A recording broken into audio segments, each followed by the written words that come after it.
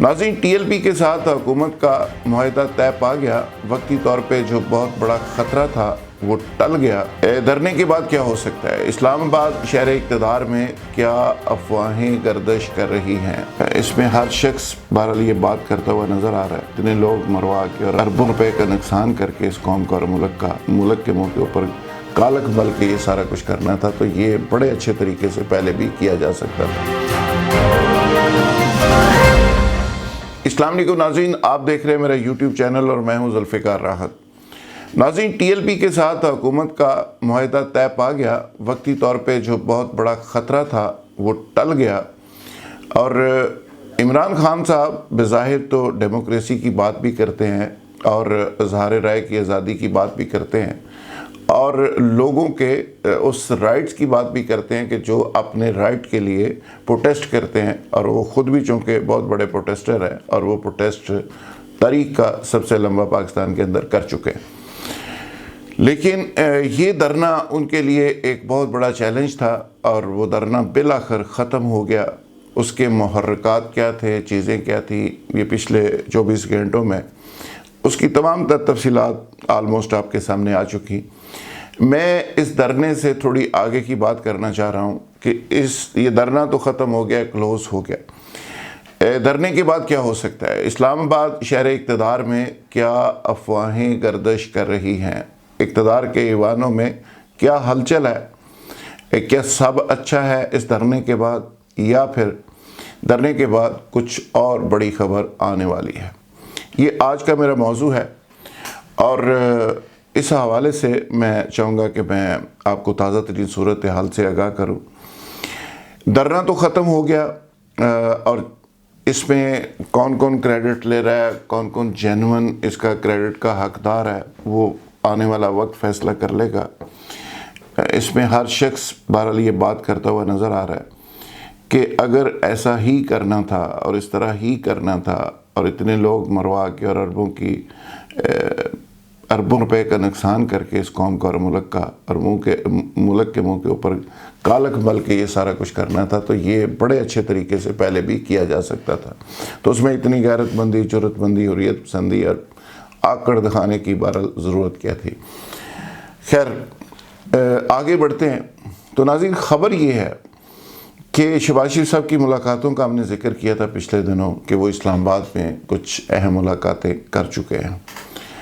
मुलाकातों के दौरान कहने वाले ये कहते हैं, दावा करने वाले ये दावा करते हैं कि हुकूमत के जाने के हवाले से भी कई चीज़ें सामने आई, कई प्रपोज़ल डिस्कस हुई और दावा ये किया जा रहा है कि हुकूमत के हवाले से ये ऑफ़र अपोजिशन को दी गई कि मौजूदा हुकूमत अगर फ़ारग होती है तो अपोजिशन के पास क्या प्लान है और अपोजिशन क्या इस गवर्नमेंट को टेक ओवर कर सकती है। यानी अगर इन हाउस चेंज आए, यानी पंजाब के अंदर चेंज आए, फेडरल के अंदर चेंज आए, तो उस सूरत में अपोजिशन क्या कर सकती है। तो अपोजिशन ये दावा कर रही है, बड़े करीबी ज़राए वो कहते हैं जी हमें ऑफ़र इस बात की हुई थी लेकिन हमने स्टेट वे रिफ्यूज़ कर दिया कि जी हम इस तरह की गवर्नमेंट और इस तरह के हालात में हम गवर्नमेंट लेने में इंटरेस्टेड नहीं है।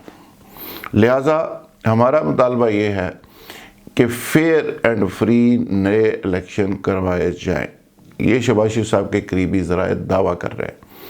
मेरी बराह रास्त 2-3 लोगों से बात हुई है, वो कहते हैं जी हमें ऑफ़र थी कि इन हाउस चेंज के लिए भी आप आ सकते हैं, पंजाब के अंदर भी चेंज ला सकते हैं, लेकिन हमने ये फ़ैसला किया है कि मौजूदा हुकूमत अपने 5 साल पूरे करे और 5 साल पूरे करने के बाद ये मज़ीद एक्सपोज होगी, मज़ीद अनपॉपुलर होगी और फेयर एंड फ्री इलेक्शन का हमारा मुतालबा ज़रूर है और उसके लिए हमें गारंटी दे दी जाए।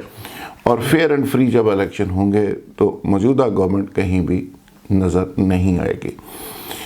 लेकिन साथ ही साथ ये भी दावा किया जा रहा है, और ये बड़ी इम्पोर्टेंट बात मैं आपसे शेयर करने वाला हूँ, ये भी दावा किया जा रहा है अपोजिशन की तरफ से और शहबाज शरीफ साहब के कैंप से ख़ास कर और फजलुर रहमान साहब भी उसकी तायद कर रहे हैं और पीपल्स पार्टी भी उसकी तायद कर रही है। वो ये कह रहे हैं कि हमारे साथ ये भी किसी लेवल पे तय हुआ है कि अगले जो इलेक्शन हैं وہ غیر جانبدار قسم کا ایک سیٹ اپ کروائے گا.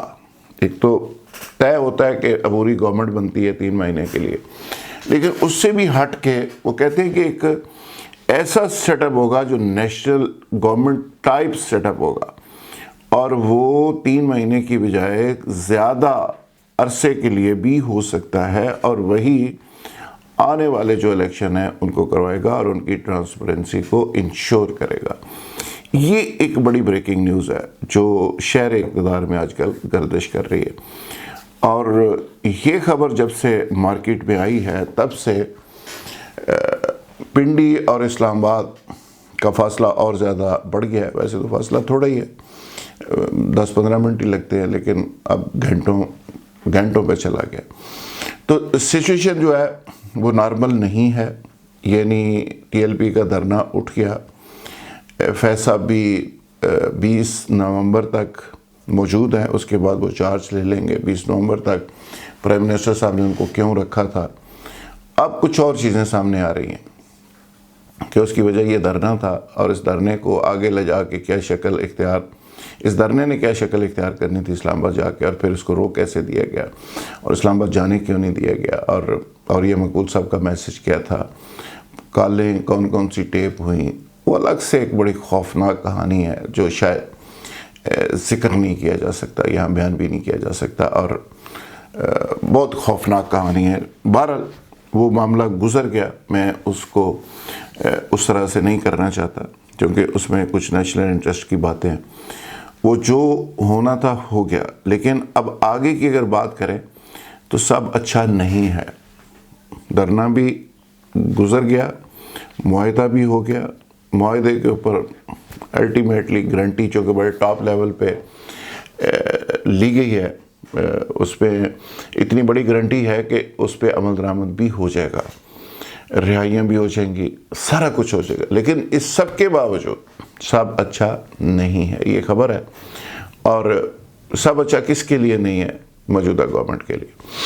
اس میں بہت ساری چیزیں اور ہیں. بلوچستان کا ایک چھوٹا سا اشارہ آپ کے سامنے آ گیا. آگے چل کے کچھ اور چیزیں آپ کو اگلے ویک میں سامنے آنا شروع ہو جائیں گی. پھر سٹیپ بائی سٹیپ آپ کو تبدیلی کے اندر تبدیلی نہیں بلکہ تبدیلیاں نظر آئیں گی. بس یہی ایک بڑی خبر ہے، اس پہ آپ بھی نظر رکھیے اور میں بھی نظر رکھتا ہوں. پھر دوبارہ انشاءاللہ آپ سے گپ شپ ہوگی. بہت شکریہ. Thank you very much.